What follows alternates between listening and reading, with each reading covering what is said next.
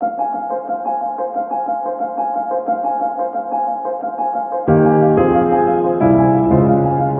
are listening to Living with ADHD and CPTSD, available on Apple Podcasts and other podcast platforms.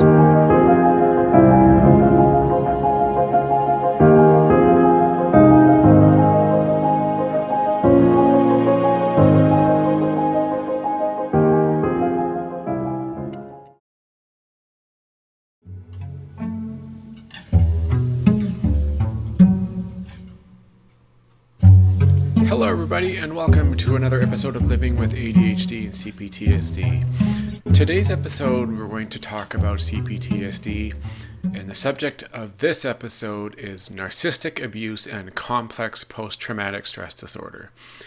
This is something that is very common, one of the major leading causes of CPTSD in children that lead into adult life. And I thought it would be a good time to discuss this, as it is something that a lot of people are very familiar with and have experienced in their lifetime. So it is important to bring this up so that people are aware and know exactly what's going on. Now, I myself did not grow up with narcissistic parents or any sort of family members. So I didn't get my CPTSD from that. So I am one of the ones that didn't have to deal with narcissism in family. But mine is different, obviously, than this. But I do know somebody who grew up in a family where narcissism was strong, and they were the ones that suffered because of it. So I want to discuss this in light of that. And I'm going to go over some things like the signs of narcissism, personality disorder, just so that everybody's aware, better aware of what's going on. Okay, let's begin. Narcissistic parents cause enormous harm to their children. When grown, these victims of narcissistic abuse face seemingly insurmountable problems, including the formation of complex post-traumatic stress disorder, CPTSD.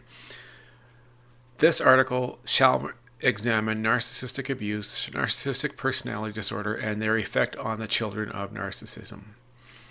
All right.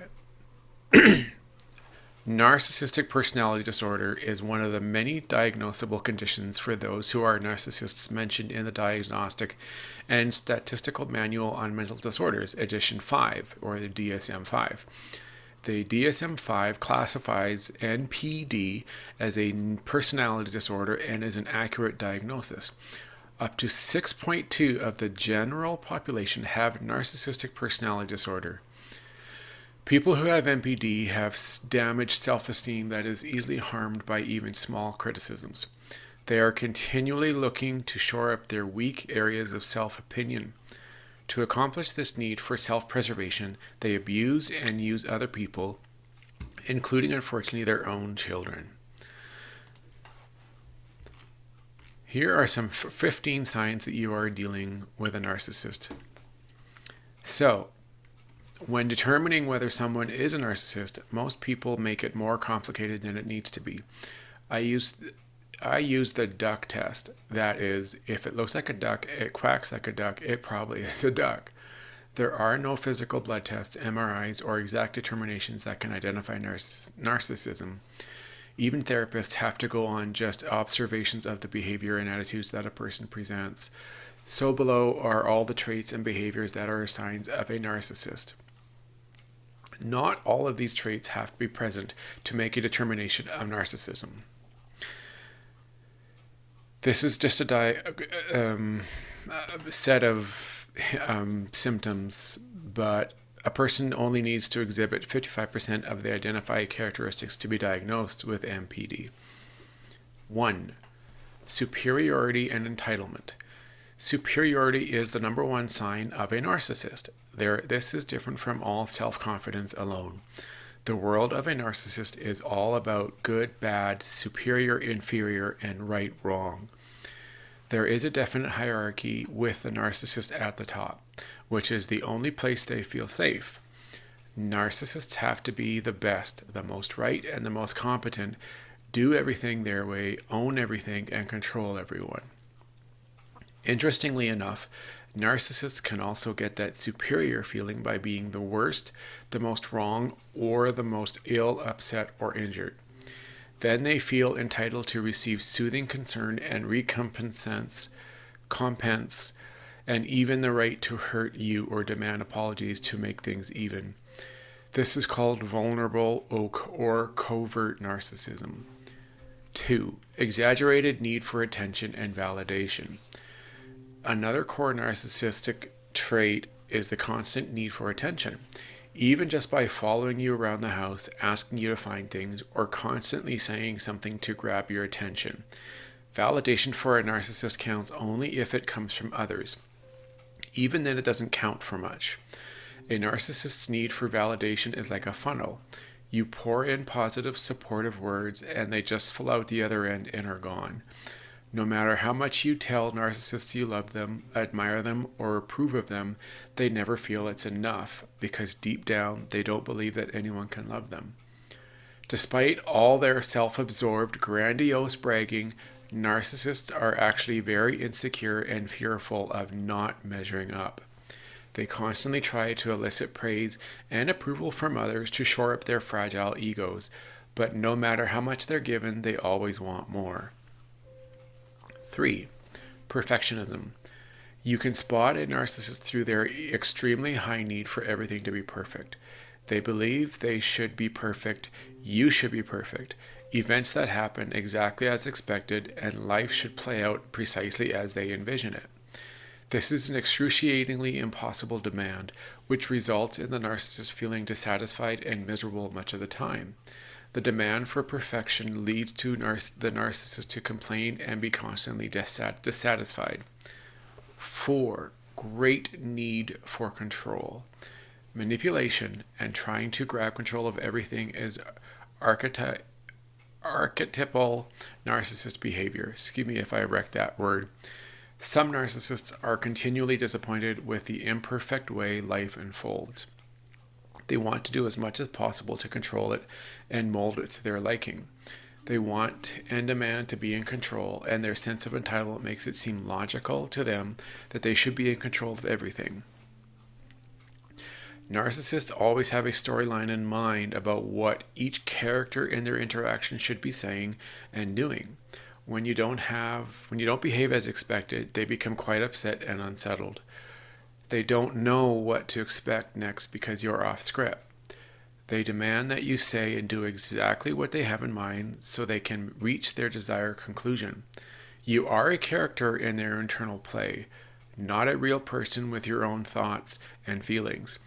This is why breaking up with a narcissist can be particularly tricky. 5. Lack of responsibility. Lack of responsibility, including blaming and deflection, is a glaring sign of a narcissist.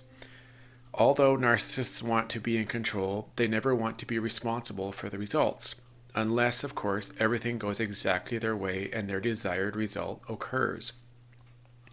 When things don't go according to their plan, or they feel criticized or less than perfect, the narcissist places all the blame and responsibility on someone else to maintain their own facade of perfection. It has to be someone else's fault. Sometimes that blame is generalized. Everyone's out to get them.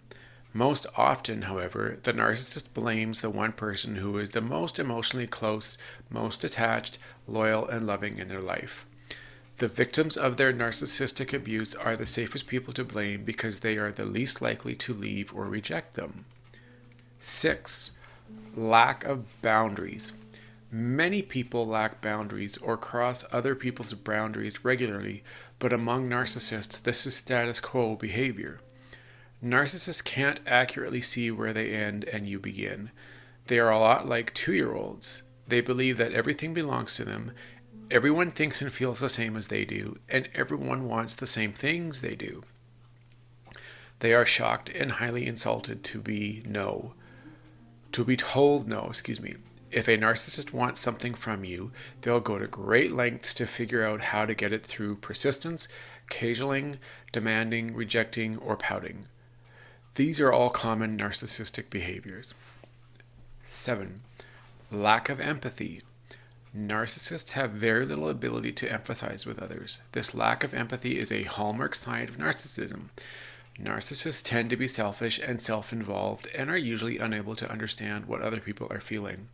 They expect others to think and feel the same as they do and seldom give any thought to how others feel. They are also rarely apologetic, remorseful, or guilty. Some narcissists also lack an understanding of the nature of feelings. They don't understand how their feelings occur. They think their feelings are caused by someone or something outside of themselves. They don't realize that their feelings are caused by their own biochemistry, thoughts, and interpretations.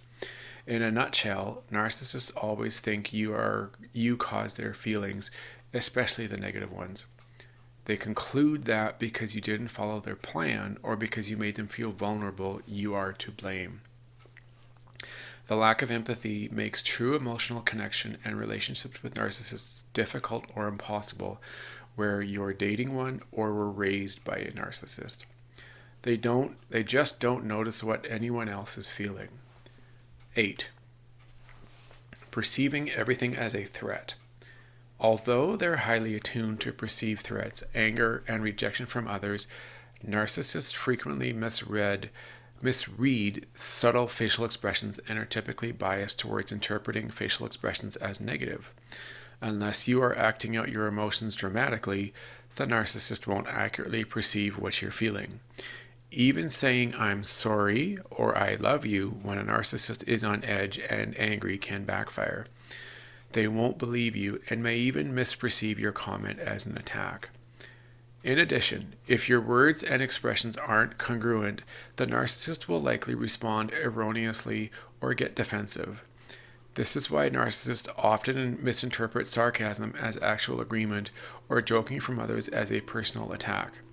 The lack of ability to correctly read body language, a common narcissist trait, is one reason narcissists are deficiently empathetic to your feelings. They don't see them, they don't interpret them correctly, and overall they don't believe you feel any differently than they do. 9. Emotional reasoning. You've probably made the mistake of trying to reason and use logic with a narcissist to get them to understand the painful effects their behavior have on you. You think that if they understand how much their behavior hurt you, they'll change. Your explanations, however, don't make sense to the narcissist, who only seems able to be aware of their own thoughts and feelings. Although narcissists may say they understand, they honestly don't. Therefore, narcissists make most of their decisions based on how they feel about something. They simply must have that red sports car, based entirely on how they feel driving it, not by whether it is a good choice to make for the family or for the budget. If they are bored or depressed, they want to move or end the relationship or start a new business. They always look to something or someone outside themselves to resolve their feelings and needs. They expect you to go along with their solutions, and they react with irritation and resentment if you don't. 10. Splitting. The narcissist's personality is split into good and bad parts, and they also split everything in their relationships into good and bad. Any negative thoughts or behaviors are blamed on you or others, whereas they take credit for everything that is positive and good. They deny their negative words and actions while continually accusing you of disapproving. They also remember things as completely good and wonderful or as bad and horrible. They can't seem to mix these two constructs. A few examples of a narcissist splitting behavior in action. Marty labeled the whole vacation ruined and the worst ever because the hotel room didn't meet his expectations and the weather wasn't perfect. Bob was blamed for 20 years because he wasn't there when his wife had their first child, even though he was stranded in Chicago in a snowstorm. Alice's husband dismissed her concerns about the $30,000 cost for the new landscaping because he loved it. Narcissists aren't able to see, feel, or remember both the positive and the negative in a situation. They can deal with only one perspective at a time, theirs. 11. Fear of rejection and ridicule. The narcissist's entire life is motivated and energized by fear. You wouldn't initially pick this out as a sign of a narcissist though, because most narcissists' fears are deeply buried and repressed. They're constantly afraid of being ridiculed, rejected, or wrong. They may have fears about germs, about losing all their money, about being emotionally or physically attacked, about being seen as bad or inadequate, or about being abandoned. This makes it difficult and sometimes impossible for the narcissist to trust anyone else. In fact, the closer your relationship becomes, the less they will trust you. Narcissists fear any true intimacy or vulnerability because they're afraid you'll see their imperfections and judge or reject them. No amount of reassurance seems to make a difference because narcissists deeply hate and reject their own shameful imperfections. Narcissists never seem to develop trust in the love of others, and they continually test you with worse and worse behaviors to try to find your breaking point. Their gripping fear of being found out or abandoned never seems to dissipate. 12. Anxiety. Anxiety is an ongoing, vague feeling that something bad is happening or about to happen. Some narcissists show their anxiety by talking constantly about the doom that is about to happen, while some hide and repress their anxiety. But most narcissists project their anxiety onto their closest loved ones, accusing them of being negative, unsupportive, mentally ill, not putting them first, not responding to their needs, or being selfish. All this is designed to transfer anxiety to the loved one in an attempt to not feel it themselves. As you feel worse and worse, the narcissist feels better and better. In fact, they feel stronger and more superior as you feel your anxiety and depression grow. 13. Deeply repressed shame. Narcissists don't feel much guilt because they think they are always right, and they don't believe their behaviors really affect anyone else. But they harbor a lot of shame. Shame is the belief that there is something deeply and permanently wrong or bad about who you are. Buried in a deeply repressed part of the narcissist are all the insecurities, fears, and rejected traits that they are constantly on guard to hide from everyone, including themselves. The narcissist is acutely ashamed of all these rejected thoughts and feelings. Keeping their vulnerabilities hidden is essential to the narcissist's pretend self-esteem or false self. Ultimately, however, this makes it impossible for them to be completely real and transparent. 14. An inability to be truly vulnerable. Because of their inability to understand feelings, their lack of empathy, and constant need for self-protection, narcissists can't truly love or connect emotionally with other people. They cannot look at the world from anyone else's perspective. This makes them emotionally needy. When one relationship is no longer satisfying, they often overlap relationships or start a new one as soon as possible. They desperately want someone to feel their pain, to sympathize with them, and to make everything just as they want it to be.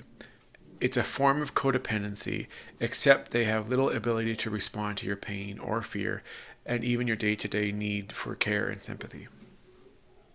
And 15. An inability to communicate or work as part of a team.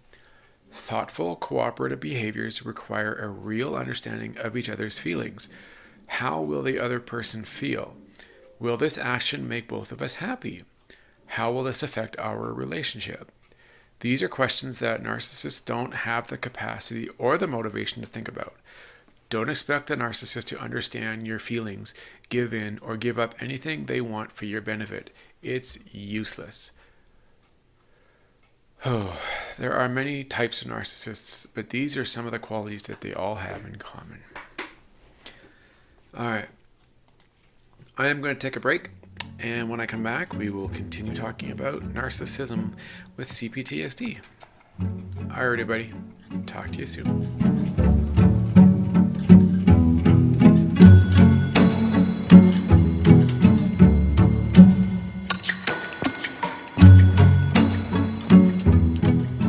Hi, everybody, and welcome back to Living with ADHD and CPTSD. Again, we are talking about narcissism with CPTSD, a topic that I'm sure many of you are very familiar with, as I'm sure a lot of you were brought up in a family with one or two narcissists. I know someone who has been as well. So, all right, let's continue, shall we? Okay. Narcissism and childhood emotional neglect. This is going to be a big one. Okay. All right. According to Tomes and Brummelman, the development of narcissism begins at around the ages of 7 or 8. This is the time when children begin to evaluate themselves according to how they perceive others. Although narcissism comes partly down to genes, it is also impacted by the environment.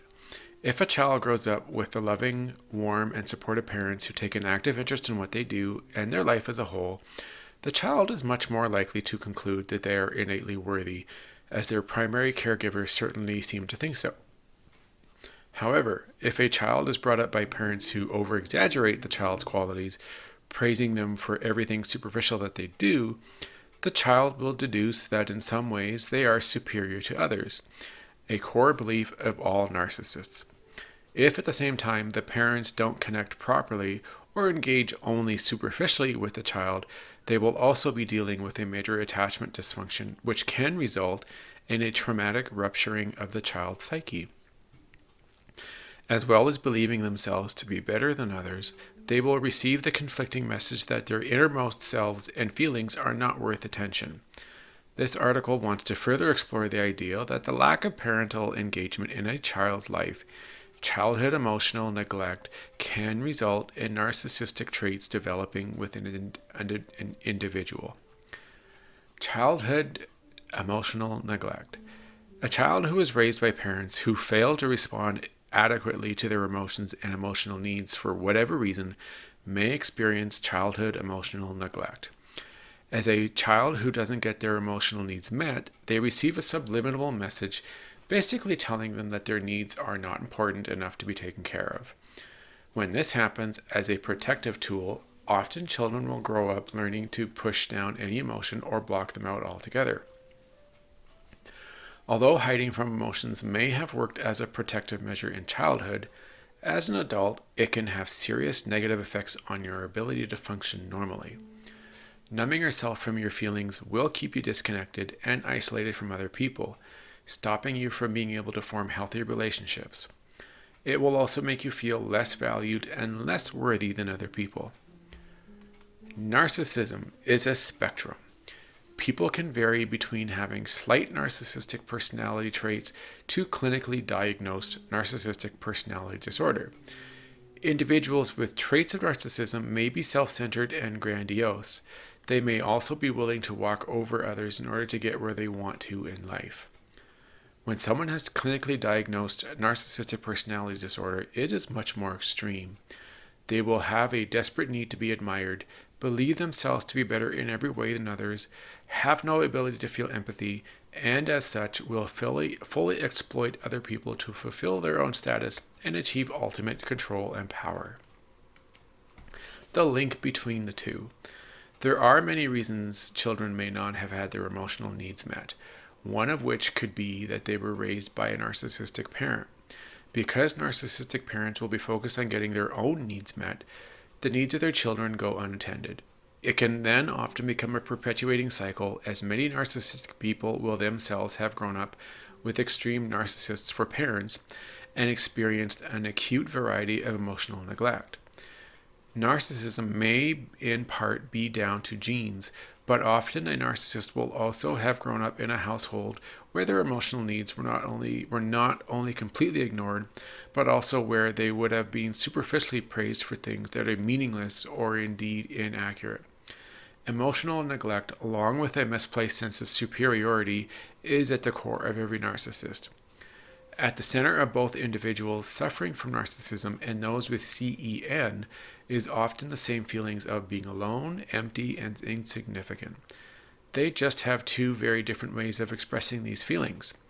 Although these two disorders are very different externally, In a strange, contradictory way, they actually serve to cause and perpetuate each other, especially as many CEN sufferers are attracted to narcissists in adult life.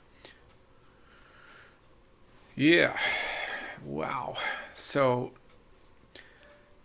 bottom line is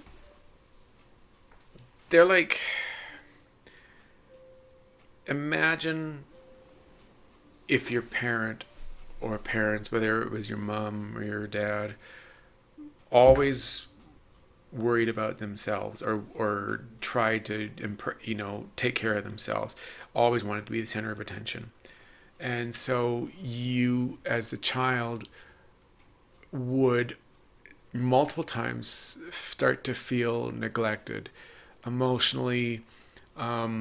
Sometimes it can be as bad as the narcissistic parent being physically abusive in order to get strength or to feel superior as well.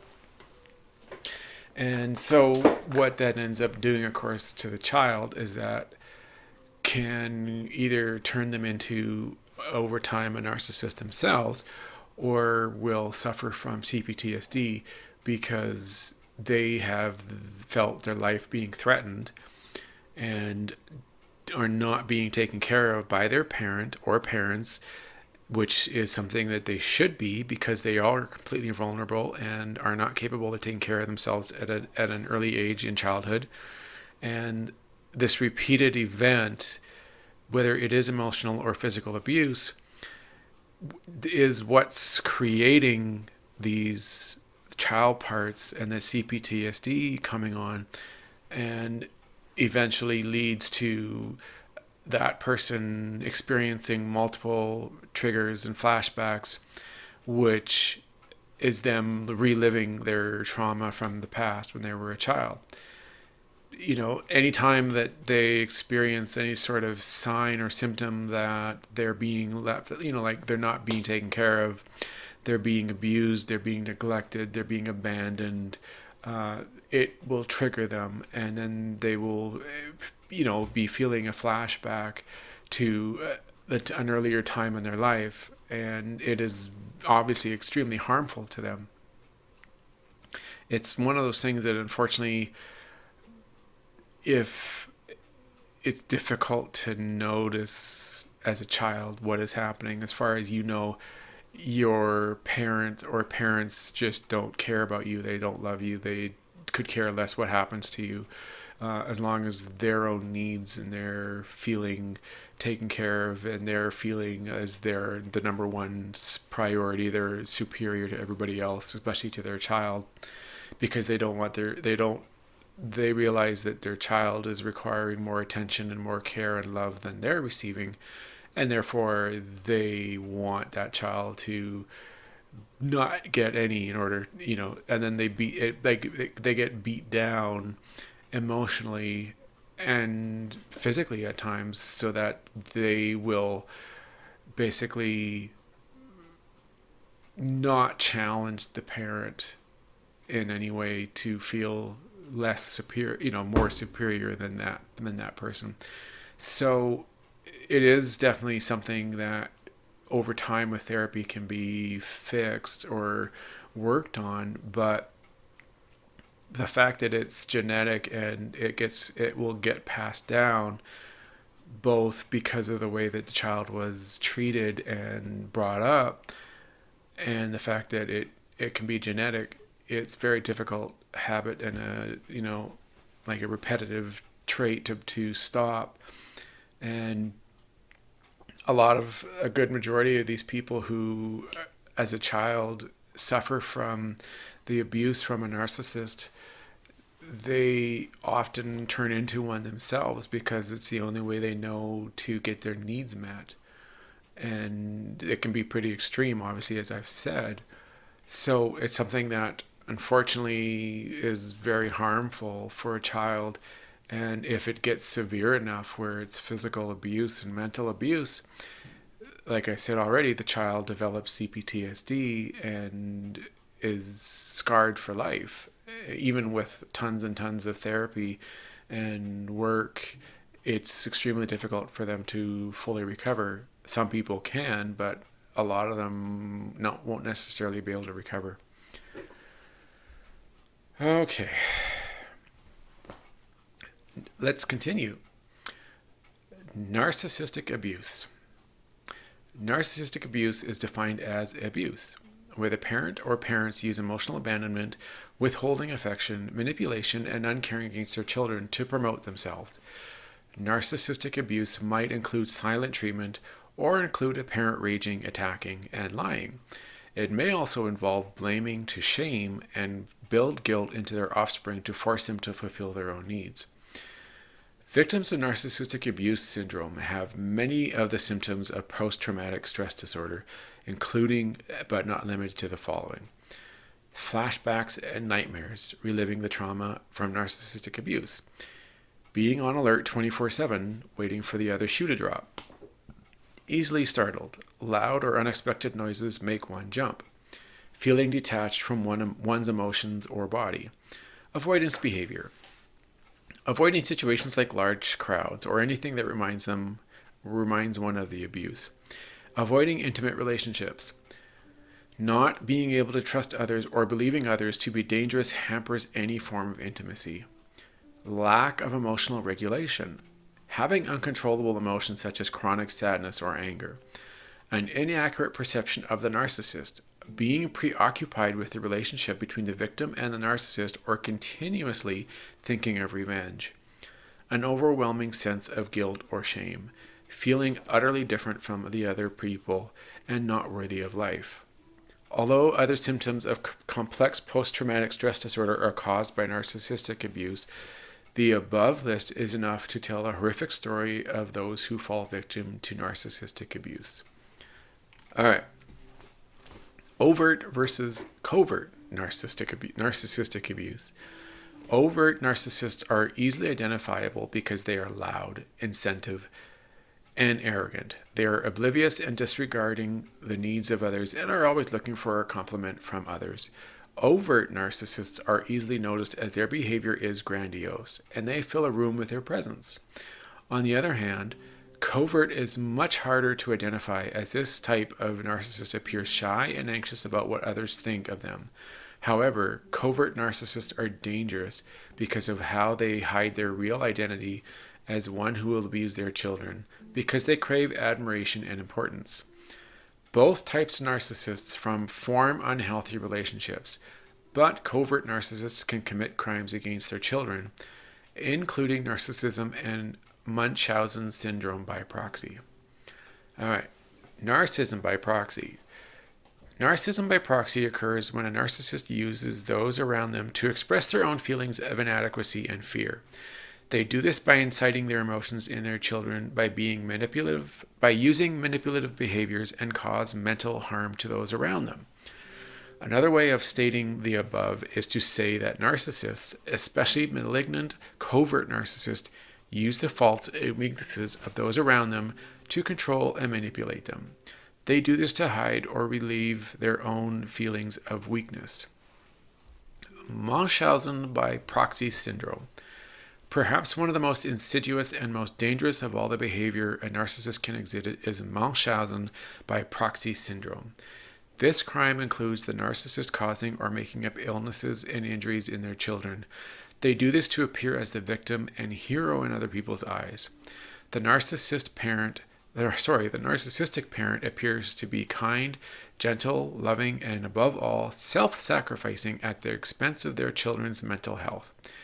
They seem dedicated to the welfare of their children while lying about their tortured offspring who are desperate to be seen and rescued.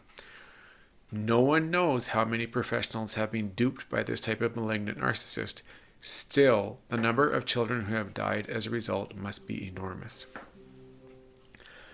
Narcissistic parents and the formation of CPTSD.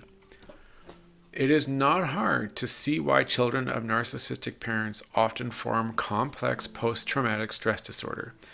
These kids are subjected to repeated and horrific abuse at the hands of people they should be able to count on for their care. CPTSD forms as a result of chronic traumatization that lasts for months or years. The traumatization includes physical, sexual, and, for our needs in this article, emotional abuse.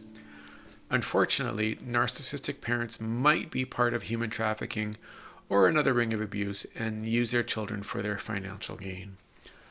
Malignant narcissistic parents attempt to destroy the lives of their children, causing them to exhibit all the signs of someone who has CPTSD. Wow.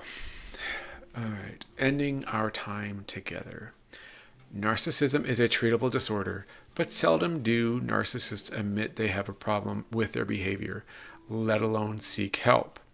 It is easily seen how narcissistic abuse by parents damages their children and, unless the child finds support as an adult, can ruin their lives. Phew. That's pretty crazy. It's sad and horrific how children can go through that, and they have no way of protecting themselves. They have to come up with ways to, protect their lives when they've got someone who's doing this to them.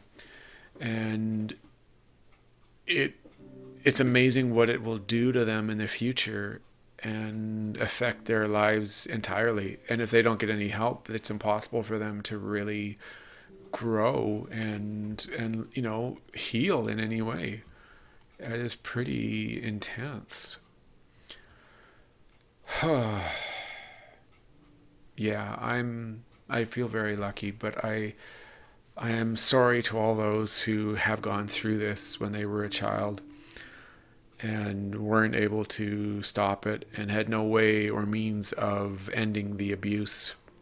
Whether it was a parent, both your parents, a relative, even a teacher, or someone in your life that was doing this to you, I really am sorry that this is something that you had to go through. It's horrific, and you did not deserve any of it.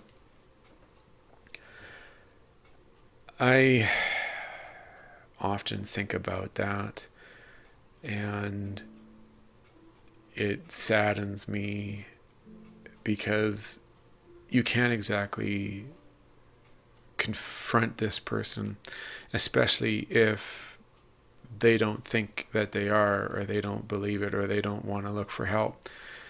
They could become very defensive and very harmful or dangerous because they're being accused and seen, especially if it's in front of other people, as someone who's a bad person. And that is definitely the last thing that a person who is narcissistic wants to have occur to them, especially in front of other people who care about them.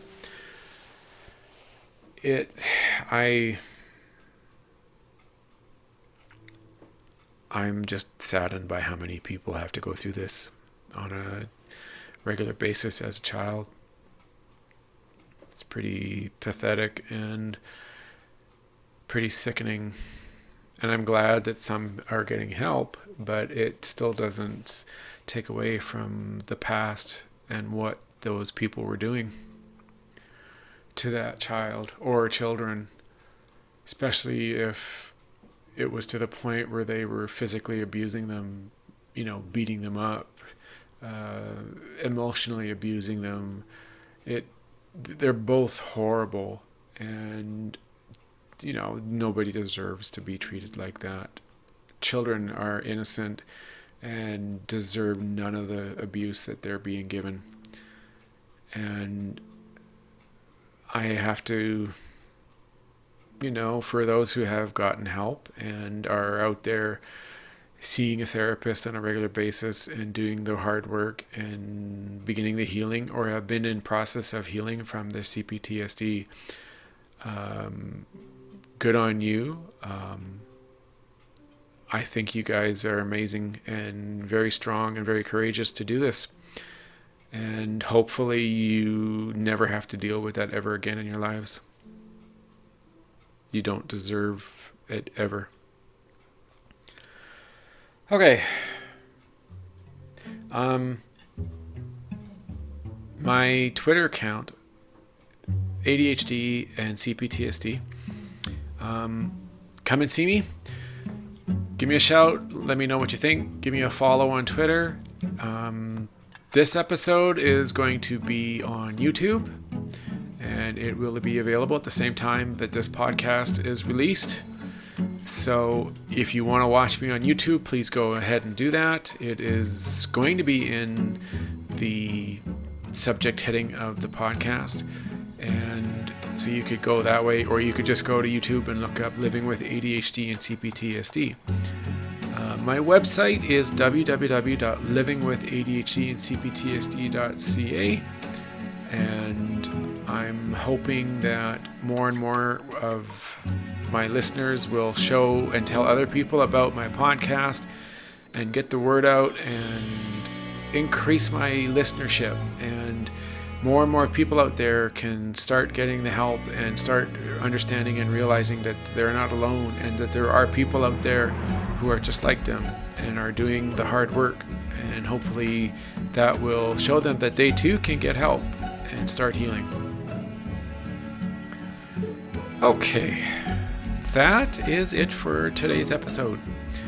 Stay tuned for next week. We'll have more episodes of ADHD and CPTSD on Friday and Saturday.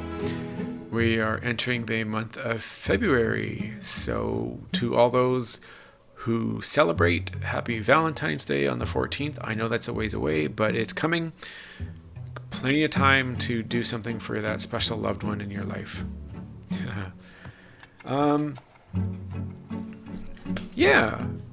By the way, there is a lot of resources online that you can look up for CPTSD. Go through, find it. If you're not seeing a therapist right now and you need some help, there's definitely a lot of ways of finding those out there who deal with CPTSD. It was recently just released on the ICM-11 is now being officially recognized as a diagnosis and a disability, whereas the DSM-5 does not recognize CPTSD as a disability in the United States. All right, that's it. Okay, everybody, have a great week, and I will talk to you all later. Bye-bye.